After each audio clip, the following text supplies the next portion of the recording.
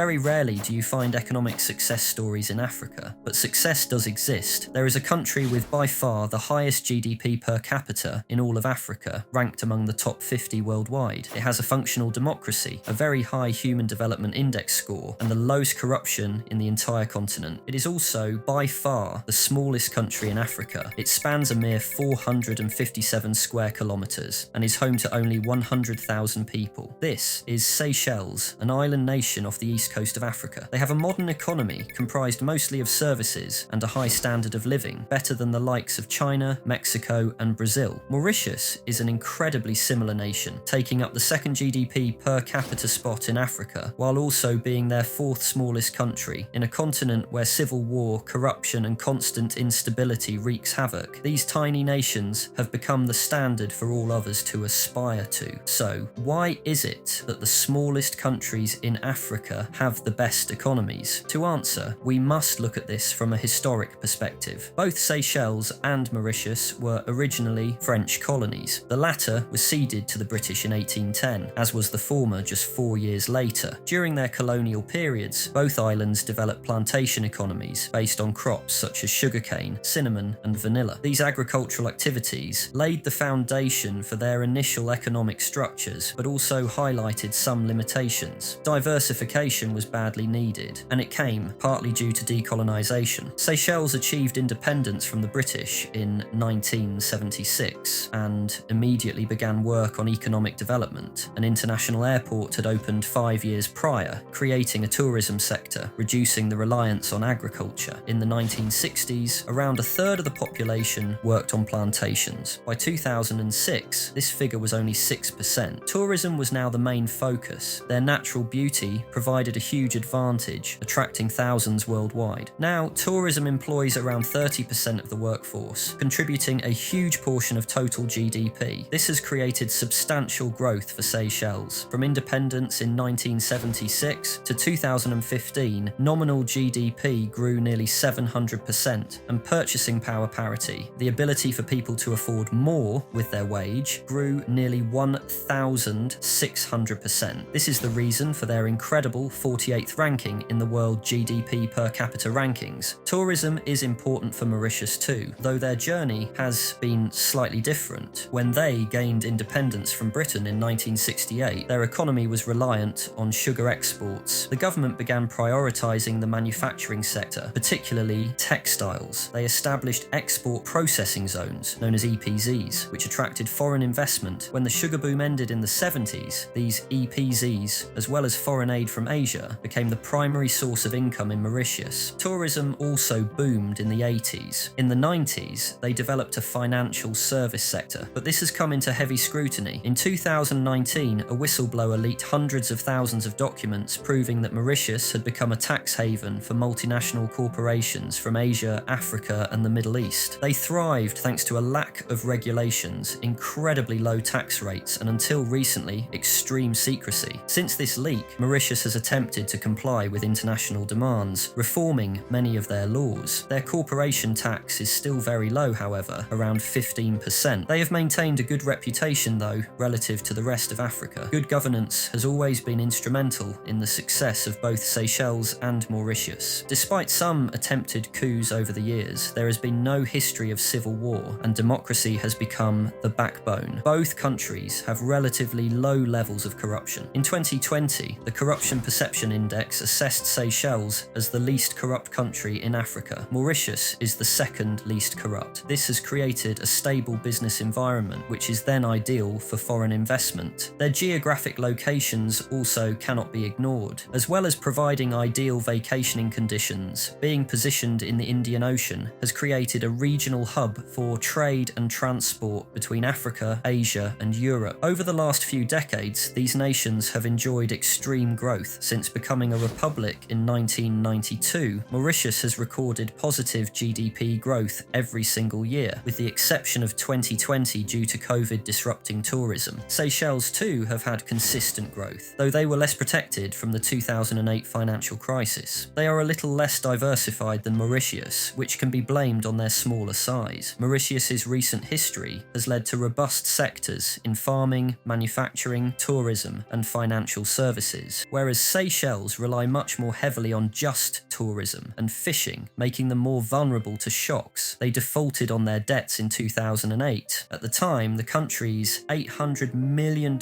external foreign debt was equivalent to almost 175% of its GDP. The IMF came in with a rescue package, but the economy fell into a deep recession regardless. Following the crisis, Seychelles finally recognized the need for financial services. Similar to Mauritius, they are now known as a main offshoring location, though they are not part of the EU blacklist for tax havens. Exports, however, are still dominated by fish. 33% of exports are frozen fish and 29% are processed fish. They have many trade partners, including the likes of France, UAE, Japan, and Mauritius. As for Mauritius, exports are unsurprisingly wider in range. These include clothing, 14%, sugar, fish, and diamonds. Their main partners include Zimbabwe, South Africa, France, and Madagascar. It's clear Seychelles are far more reliant on a small amount of unlucrative products, but some evidence in recent years has exposed the possibility of vast untapped oil reserves, which have the potential to dramatically increase export revenue. As small countries, they are obviously unable to produce every essential product themselves. Seychelles imports 90% of the food it consumes. Almost every machine-made product is imported. This will always be the core cost of a small island nation. But despite these challenges, it's worth reinforcing just how successful these nations are, considering the continent they are a part of. High levels of corruption has hindered economic development all across the continent. Countries such as Somalia, Chad, Comoros, and both Sudans have the very highest corruption worldwide. Corruption is usually a nasty product of decades worth of political instability. This is where Seychelles and Mauritius have transcended the norm. Most of the above have been destroyed by civil war, with greedy generals siphoning off government funds in their quests for power and wealth. In a stable democracy, an economy has a proper chance to grow. They do not suffer from rampant inflation or unemployment. Inflation has not exceeded 11% in Seychelles since the 2008 crisis. For comparison, Sudan has battled inflation surging past 400% in recent years. Unemployment has remained lower than 5% over the past 20 years. South Africa currently has the highest unemployment in the world, around 33%. Seychelles and Mauritius have widely respected governments, so they enjoy the benefits of trading with dozens of global partners. Mauritius ranks second in Africa in the Ease of Doing Business Index and third in the Economic Freedom Index, but is this likely to continue into the future? Looking ahead, the economies of Mauritius and Seychelles appear poised for continued growth and resilience. Both countries are likely to further capitalise on their strengths in tourism and fishing, while also seeking new avenues in oil and financial services. However, both must deal with climate change as rising sea levels and extreme weather threaten their precious land. But overall, there is plenty reason to be optimistic in these tiny island nations, who have both outperformed the entirety of their continent.